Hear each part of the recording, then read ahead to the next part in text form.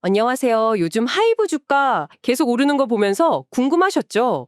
이거 투자해도 괜찮을까? 매력이 얼마나 될까? 뭐 이런 생각들이요. 마침 저희가 트레이딩 스핀에서 나온 하이브 분석 리포트를 좀 입수했습니다. 6월 10일자 자료인데요. 오늘 이걸 바탕으로 핵심만 좀 쉽고 명확하게 파헤쳐 보려고 합니다. 현재 실적부터 뭐 미래 성장 동력, 그리고 물론 주의할 점까지 같이 짚어볼게요.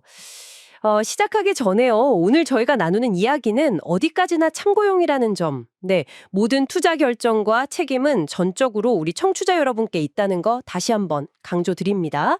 자, 그럼 진짜 하이브 이야기 시작해 볼까요? 먼저 리포트가 나온 6월 10일 기준으로 하이브 주가가 30만 2천 원이었어요.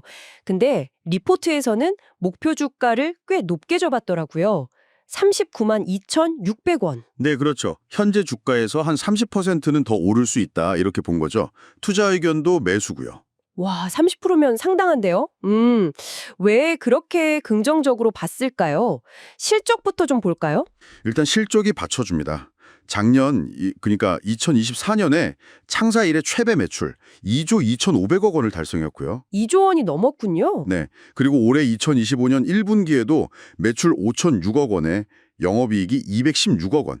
이것도 분기 최고 실적을 또 경신한 거예요. 오, 계속 성장세네요. 특히 그 공연이나 MD 상품 같은 간접 참여형 매출이 중요하잖아요. 이게 전년 동기 대비 29.1%나 늘었어요. 와, 팬덤 소비가 엄청나군요. 네, 그리고 해외 매출 비중도 벌써 63%를 넘어서면서 뭐랄까 확실히 글로벌 기업의 면모를 보여주고 있죠. 그렇군요. 탄탄한 실적 위에 그럼 가장 큰 기대 요인은 역시 그거겠죠. 방탄소년단. 맞습니다. 뭐니 뭐니 해도 별 잔손단의 완전체 컴백이죠. 내년 6월에 마지막 멤버가 전역하고 나면 하반기 월드 투어가 아주 유력하거든요. 네, 다들 기다리고 있죠. 리포트에서는 이 투어 관련해서 공연 수익만으로 1조 원 이상을 예상하고 있고요. 1조요? 공연만으로요? 네. 그리고 관련 MD나 라이센싱 수익도 5천억 원 이상으로 추정하고 있어요. 이게 단순히 컴백한다, 이걸 넘어서는 의미가 있는 거죠. 실적 개선에 정말 가장 강력한 동력이라고 봐야 합니다. 와, 방탄소년단 효과가 정말 대단하네요. 그리고 또 다른 움직임도 있었잖아요.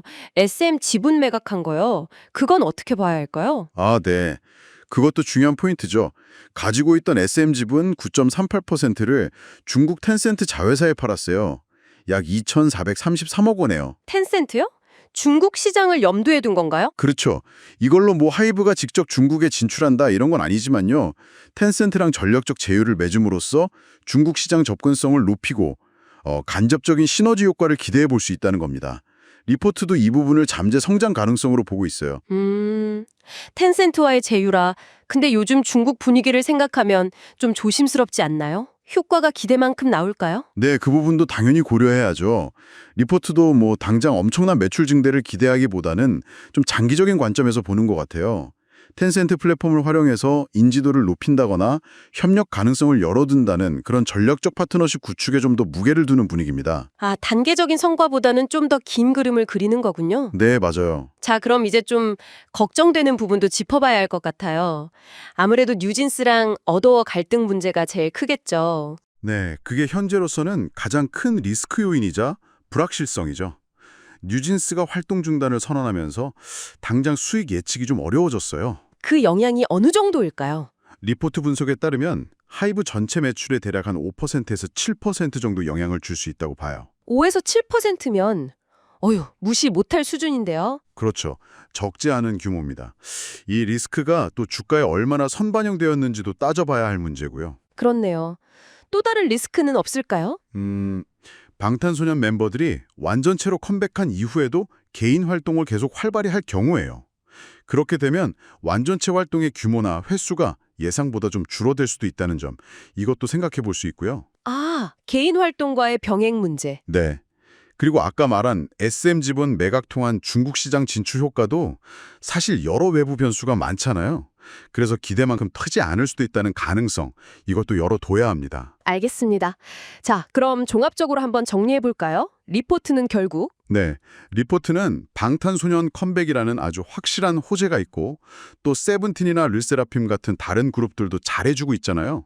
이런 멀티 레이블 전략의 안정성, 그리고 텐센트를 통한 중국 시장 진출 가능성, 이런 점들을 높게 평가해서 매수 의견이랑 목표 주가 39만 2,600원을 제시한 겁니다. 그래서 내년 전체 매출은 3조 원, 작년보다 33% 성장하고 영업이익률은 18% 이상을 달성할 거다. 이렇게 예측하는 거고요. 정확합니다.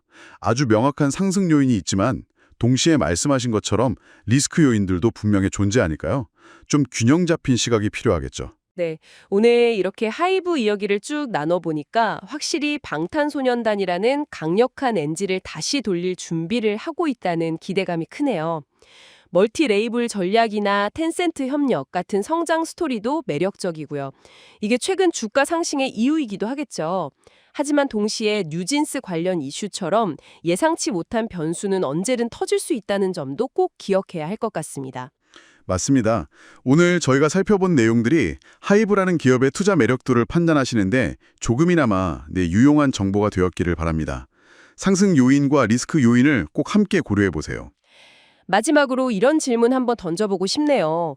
과연 하이브의 이런 성장이 K-팝 산업 전체의 글로벌 위상을 정말 한 단계 더 끌어올리는 계기가 될까요?